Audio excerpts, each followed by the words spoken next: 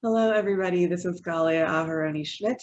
I am just making our annual video for you all today about the new employment laws that came out at the beginning of 2021 to make sure everybody knows what's going on and you can keep up with all of the new laws and stay in compliance. So I am a lawyer and the owner of Aharoni Business Law. We're a law firm based in Oakland, California that helps with everything to do with someone's business, so business, employment, and intellectual property law, but we help people all over California when needed. So let's just jump right in. We're talking about employment laws today that have changed starting mostly at the beginning of 2021. So a lot of them, as expected, are COVID-related laws. There were tons of laws that came out in the last year. They're starting to settle down now, but the first one is about workers' comp.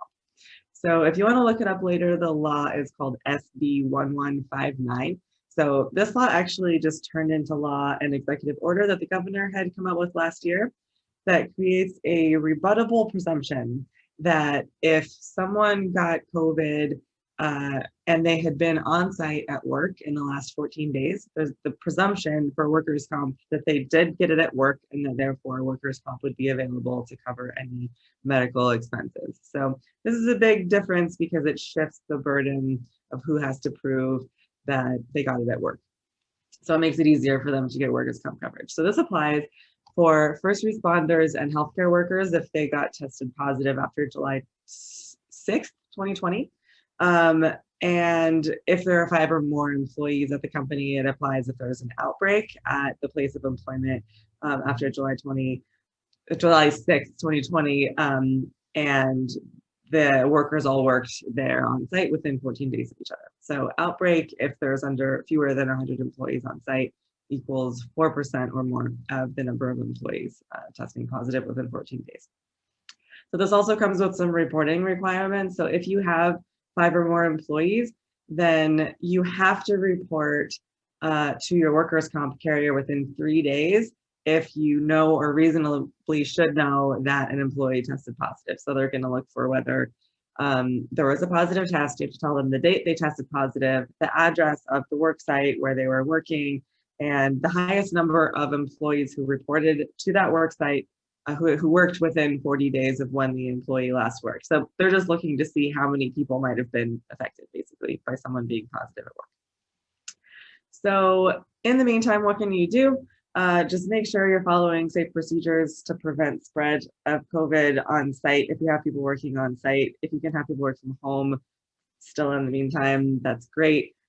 If you have any questions about workers' comp and what to do if someone especially does test positive, then definitely talk to your lawyer or talk to your workers' comp administrator and familiar yourself with how to comply with these rules and be ready to be able to comply quickly if someone does test positive. So the next COVID-related law change is about paid sick leave. So there were a bunch of laws that had come out last year, 2020, that did expire at the end of 2020. But this one now, AB 1867, was enacted September 9th, 2020. It does expand supplemental sick leave related to coronavirus, but only for companies that have 500 or more employees or for healthcare providers and first responders. So if that applies to you, do contact a lawyer or do some research and look it up. If it doesn't, you don't have to worry about this one anymore. The emergency leave that was granted in 2020 has expired now, so this doesn't apply to small businesses. Do be aware, though, that some cities like LA and some cities all over California have enacted their own coronavirus-related paid sick leave rules. So make sure you Google that real quick too and look it up, or talk to your lawyer. Make sure you know whether or not you are obligated, because some of those do apply to small businesses. So the next one is all about workplace safety. There are a lot of rules now about just how to keep your workplace safe if you're having people come in to the site. So if you want to look it up again, this one is called AB 685. It provides reporting requirements, first of all. So when an employer gets notice that there's been a potential exposure at the workplace, you're now required to give notice to certain employees, mostly the employees who would have been, at risk for exposure, within 1 business day of getting notice of the potential exposure. So it's very quick, very short notice. You're also required to notify the public health agency. That's for wherever you are and for the state of California within 48 hours of an outbreak. So right now an outbreak is defined as within 3 days, or within 3 workers, sorry, who all get it within 14 days, but that could change. So make sure you're familiar with whatever the most recent law is as well. This same law also requires written prevention plans now. So this is coming from OSHA, starting November 2020. All employers, if you have even one employee, are required to have a COVID-related prevention plan written. So the written COVID prevention plan has a bunch of criteria that I'm not going to list here, but there's 12 different criteria you're supposed to include. This includes things like having a system for communicating with employees about the procedures themselves and about an outbreak, how to identify hazards, how to investigate and respond to cases in the workplace, and how to reintroduce people back to work if they've not been able to work because they've tested positive or been exposed. If someone at work has tested positive, you're required to exclude them from the workplace until they satisfy specific return to work criteria, which are going to be in your prevention plan. And you are required to keep paying them and sustain their benefits if they're able and available to work that whole time. So if your company is shut down and nobody's working, you're not required to pay them. But if the company's running and they otherwise would have been able to come in and work, you do have to still pay them.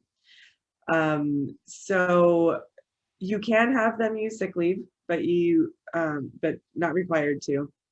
And there is a template plan on the DIR website, the Department of Industrial Relations.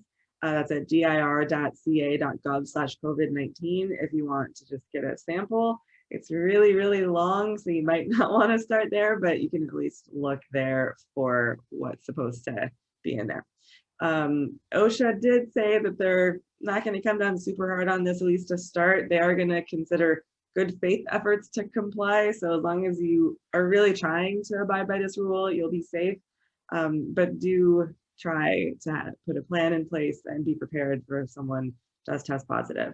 And this, by the way, is in addition to the law that is already required that you have a written injury and illness prevention plan. So if you don't know you're supposed to have one of those, now's the time to do one. You can either add these COVID provisions to your current IIPP, or you can have 2 separate provisions, but you are required, everybody, to have an injury and illness prevention plan written down that just is all about keeping people safe at work. So look into those. This isn't all of the rules that came out related to COVID. There's some other random ones about agriculture, best practices, and PPE for hospitals and the state, but these are the big ones that are going to apply to most people in the state. So make sure you're well informed about those. So the next category here is CFRA, the California Family Rights Act. So you might have been seeing people talk about this online. It's kind of a big deal. January 1st is when this rule got expanded. So this law already existed, but it used to only apply to companies that had 50 or more employees. And now the bar is 5 or more employees. So it swept up just hundreds of thousands of businesses that this didn't apply to before. So what this law does basically is provide 12 weeks of unpaid leave in a single year for someone to take care of the birth or adoption or foster care of a new child, take care of their own serious health condition, or to help take care of a family member also dealing with a serious health condition. So not only did it move that bar from 50 to 5, but it expanded who you're allowed to take this leave for. So it added some eligible family members like grandparents, and it also added that you can use it to take care of adult children and not just minor children. So if you have more than 50 employees, then a different law, the FMLA, still applies to you. So you now might have to be in a position where you're applying 2 separate leaves with 2 separate rubrics, sometimes to the same person. So make sure you're aware of both and what each of them provide. And also know, for all of you that this applies to now that didn't before, CFRA does have a mandatory written policy requirement, just like the last one we were talking about. So you have to have a written policy about this. You need to put it in your handbook. So if you have a handbook, now's the time to update it and put that policy in. The next rule I wanted to talk about was AB 5. So this is an old rule, old-ish, a year or 2 old, but we got some updates to it in the last few months. So first, in September of 2020, there was and a clarification law, I guess, I would call it, called AB 2257. So that added some clarifications and added some new exceptions as well. The main big exception was a lot of different sub-industries related to the music industry. So if you're in the music industry or tangential, check it out, see if an exemption now applies to you. There was also just a court case a few weeks ago in January that says that ABC test from the dynamics case, which is what this AB5 test came from, does apply retroactively for wage order claims. So all of the cases that are currently pending from a couple of years ago will now be using this ABC test. So I don't want you to get too confused by this. Basically, if the claim comes from before 2020, if it's a wage order claim, they're going to use the AB5 test. If it's not a wage order claim, they're going to use the old test for OLO. From now on, from 2020, since AB5, basically all will be using the ABC test unless there's an exemption that was laid out in AB5. So I don't think those changes will affect most of you directly, but be aware that there's been some clarification. So if this rule applies to you, then make sure to contact your lawyer or brush up on that. So the other smaller laws that came out that you might want to know about is, first of all, there was a deadline for January 1st to do any mandatory sexual harassment training. So the new rule says that everybody with 5 or more employees has to do mandatory sexual harassment training, and the deadline was January 1st of this year. So if you did not do that, now is the time to make sure all your employees do that. So the requirement is 1 hour for all employees, 2 hours for all supervisors every 2 years. So if you're overdue, don't freak out, but do it now. There are some services online that do it for free or cheap. Also, don't forget about minimum wage. That's still going up every year. So statewide, if you have 25 or fewer employees, it's now $13 an hour. 26 or more employees, it's $14 an hour. But there are lots of cities and counties that have their own higher minimum wage now, including Oakland. So make sure to look at what your local law is. Make sure you're complying with that. There are also minimum wage requirements for exempt workers who are salaried. So a lot of people don't realize that. Again, if you have 25 or fewer employees, that's going to be an annual salary of $54,080. Or if you have more than 26, it's going to be $58,240 a year. So make sure you're paying everybody enough, because that's one way people get sued a lot if they're not complying with minimum wage. The next one is there is a new rule called AB 1947 from January 1st that addresses discrimination, harassment, and retaliation claims. So the old rule used to say that if someone was going to file a claim about those with the DLSC, also called the Labor Commissioner in California, they had 6 months to file. Now they have a year to file. So it gives people a lot more time to make a claim for discrimination, harassment, and retaliation. There is a new rule that applies only to companies that have 100 or more employees. So this is a pay data requirement.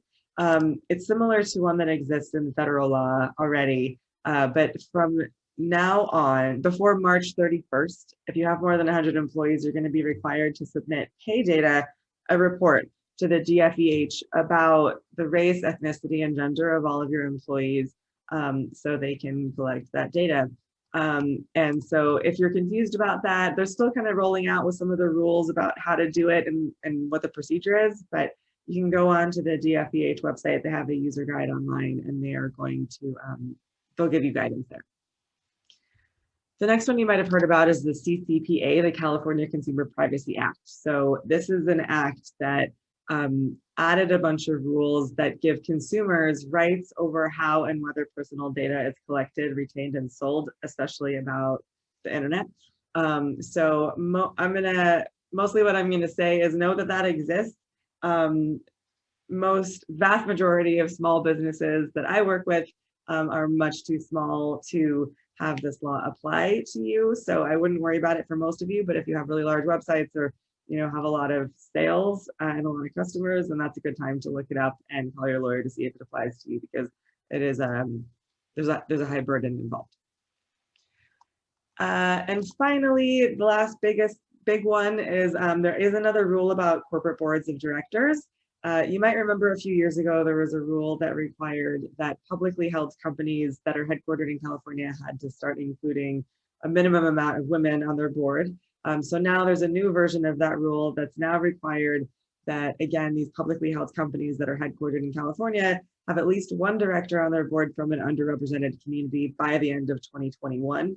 And then 2022 and on, that bumps up. If you have 4 or more directors, you are required to have 2 or 3, depending on how many directors you have or more. Underrepresented community means that the person is self-identified as Black, African American, Hispanic, Latino, Asian, Pacific Islander, Native American, Native Hawaiian, and Alaskan Native, or gay, lesbian, bisexual, or transgender. So if you are involved in a publicly held company, make sure you know that and you comply. You have a year. And finally, there's a smattering of kind of industry specific ones that I just wanted to mention quickly, so you can look it up more if you need to. There are new rules about rest breaks for security guards, so that's AB 1512. There are also a couple of bills expanding enforcement of wage and hour claims that won't really affect your day-to-day, but really are more about making claims. There's a couple of rules about minors as well. So it's now easier for minors to get work permits during COVID. And there's some clarified rules about when and whether you have to make minors do that harassment training we were just talking about. So if you're in an industry that works with a lot of minors, be aware of those.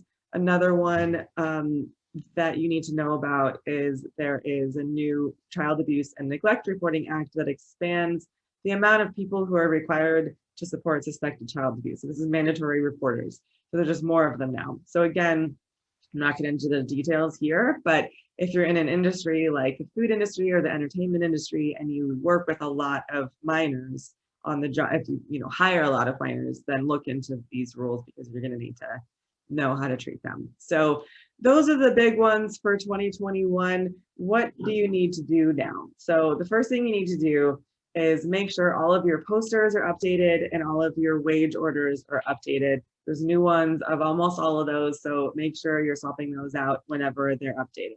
So that's a big one. All of them are free online, but if you have trouble finding which ones you need to post, feel free to contact a lawyer about that.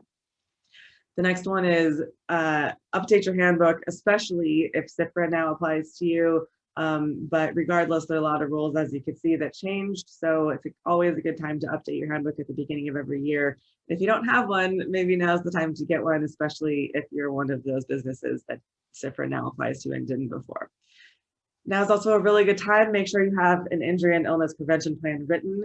And now you also need that COVID-19 prevention plan. So get that in writing as quickly as you can if you don't have one yet.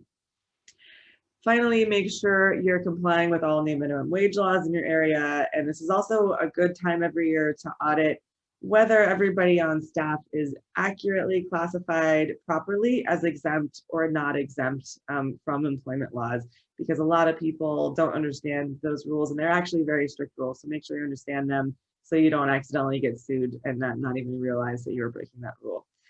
And then things like leave laws are very, very complicated. There's a lot of them. They all have different rules. So if you have any questions about anything like leave laws or anything else we talked about in this video, please feel free to reach out to us or reach out to any other, experienced employment lawyer, because what we feel really passionate about is preventing these lawsuits instead of trying to defend them once they've already happened, because so many of the times I see people breaching these, it's just by accident because there are so many rules. So please be careful, please stay educated, please contact us whenever, and good luck